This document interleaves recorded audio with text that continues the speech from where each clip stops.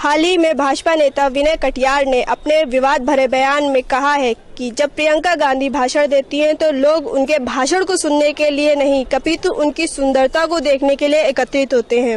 वहीं दूसरी तरफ हमारे राज्यसभा नेता शरद यादव ने अपने विवाद भरे बयान में कहा है कि जब किसी महिला और लड़की की इज्जत लुटती है तो वो उस गली और मोहल्ले की बात होती है। वहीं उन्होंने देश की इज्जत को महिलाओं और लड़कियों की इज्जत से ऊपर रखा है। चलिए कुछ लोगों से इस बारे में बात करते हैं कि उनकी क्या राय है। हमारे साथ कुछ युवा मौजूद हैं, चलिए उनकी राय लेते हैं।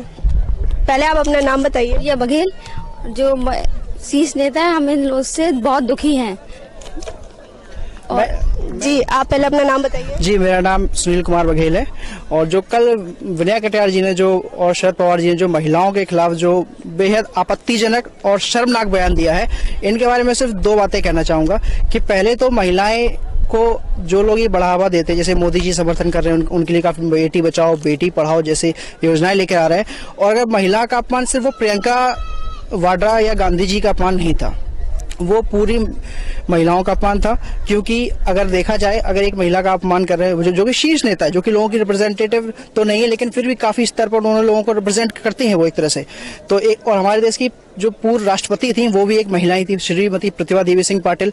तो इस तरह ये महिलाओं का अपमान है। और राजनीति जब तक ऐसे लोग रहेंगे राजनीति में जो आज शायद बूढ़े हो चुके हैं, उनकी कोई जरूरत नहीं है, युवाओं की आवश्यकता है। ऐसे लोगों को राजनीति से हटाना चाहिए और महिलाओं की भागीदारी राजनीति में बढ़ानी चाहिए। जो 33% आरक्षण का बिल जो लोकसभा में लंबित है, ये सही समय है कि ऐसे बिलों को समाज में लाया जाए और महिलाओं को जो मौजूदगी राजनीति में उसे बढ़ाया जाए। क्योंकि जब राजनीति मौजूदगी आएगी तो महिलाओं के प्रति जो अपमान हो रहा है वो कम होगा। जैसे कि अभी पिछला एक और एग्जांपल मैं आपको दूं। नहीं, यहाँ पे बात हो रही है महिलाओं की सुरक्षा की।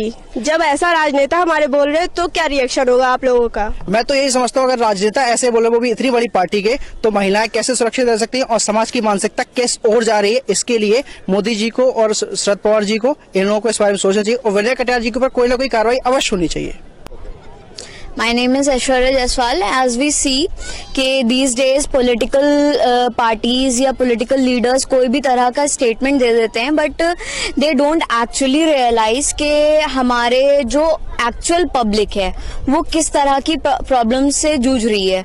क्योंकि अक्सर ऐसा होता है कि they are not travelling any of they, वो तो निकलते हैं तो रोड्स भी जाम कर दी जाते हैं, हर तरह की basic facilities are provided to them.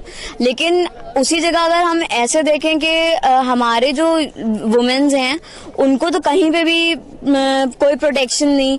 And in fact अगर कोई ऐसा असेसमेंट या कोई हैरेसमेंट होता भी है तो वुमेन इज FIR नहीं लिखते हैं। और दूसरी बात ये है कि हमारी वुमेन्स को निकलना है, एक तरफ तो वुमेन एम्पावरमेंट और पता नहीं कौन कौन सी स्कीम्स निकालते हैं कि वुमेन्स को और ज़्यादा अप्रिशिएट किया जाए, आगे बढ़ें, लेकिन उसी जगह पे फिर हमारे ही पॉलिटिकल लीडर्स ऐसे टाइप के बयान और स्टेटमेंट्स देते हैं जो बहुत ही ज़्यादा शर्मनाक हैं। At least what they are saying it is been in public, 4 लोग उनको सुनते हैं, at least they should be marking up their words what they are saying rather than कुछ भी बोल दिया। हम अपने घर पे नहीं है, you are holding such an opportunity, such आप एक ऐसी उसको पोजीशन को होल्ड करते हो तो एटलीस्ट उसका तो आप ख्याल करो। समझ में आता है कि हमारे पॉलिटिकल लीडर्स गवार हैं, वो कोई पढ़ा लिखा के आगे नहीं बढ़े, लेकिन एटलीस्ट आप इतनी डिसेंसी तो रखिए कि क्या कहते हैं what you are saying. And आपके घर में भी माँ बहन बेटी हैं, आप उनके लिए ऐसा बोलते हैं क्या जो आप किसी भी लेडी के लिए आप ऐसा बोल सकते हैं? इन दो नेताओं के विवाद भरे बयान से लोगों के अंदर काफी आक्रोश है। इस आक्रोश को देखते हुए नेताओं को अपना बयान सोच समझ के देना चाहिए। कैमरामैन दिव्यांशु कुमार के साथ Ruchi Gautam, rise up news, Lucknow.